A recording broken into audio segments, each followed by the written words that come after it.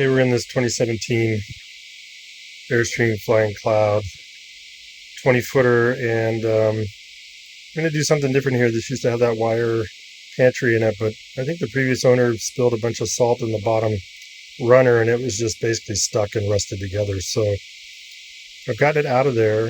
It's not easy to get out because you have to get into these screws from the side, and it's not a very big space.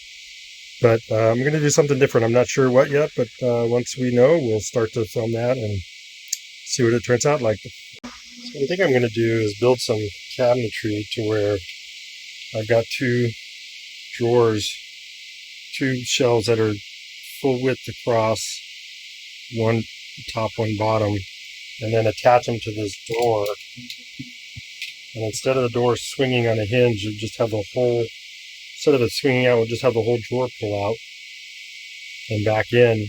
And we should get much more space because that metal shelf, it only came to about right here, and it was giving up a good third of the space there. So yeah, that's what I think I'll do, and we'll see how that goes.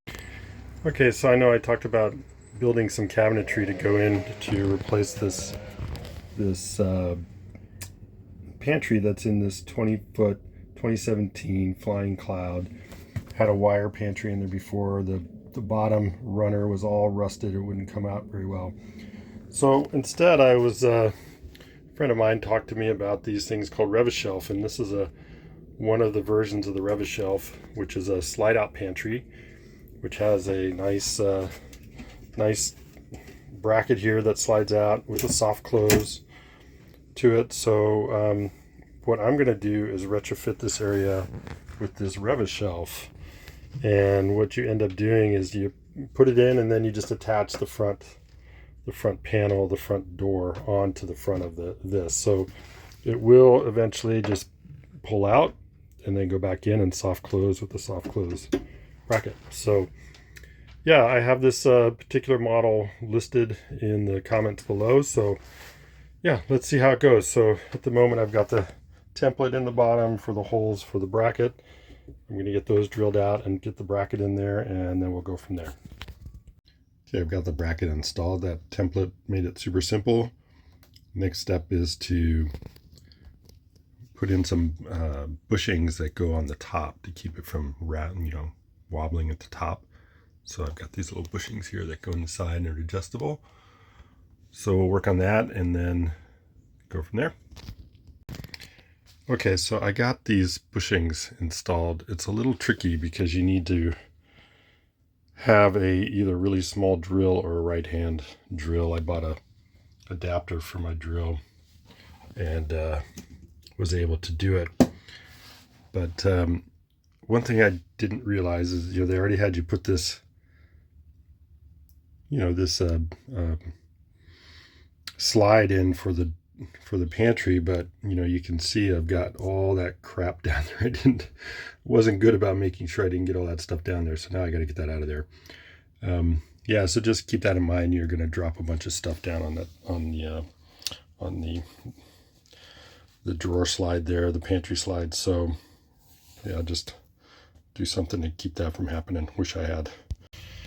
Okay, so one thing to just know here is that the instructions for this thing are really kind of terrible to put in, but these are the locking mechanisms. They go on the front bottom of the pantry, and then they lock into the front part of the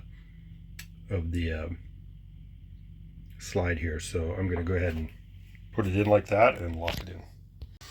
Okay, so let's install this. Let's get this guy in here. Gotta get past my bushings on top. We should be able to just slide this in, and then it'll click in with the locks in the front here. There we go. So there we go. Nice. Okay.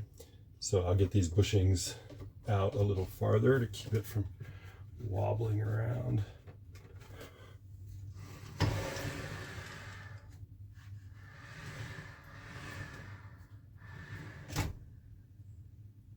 All right, that looks pretty.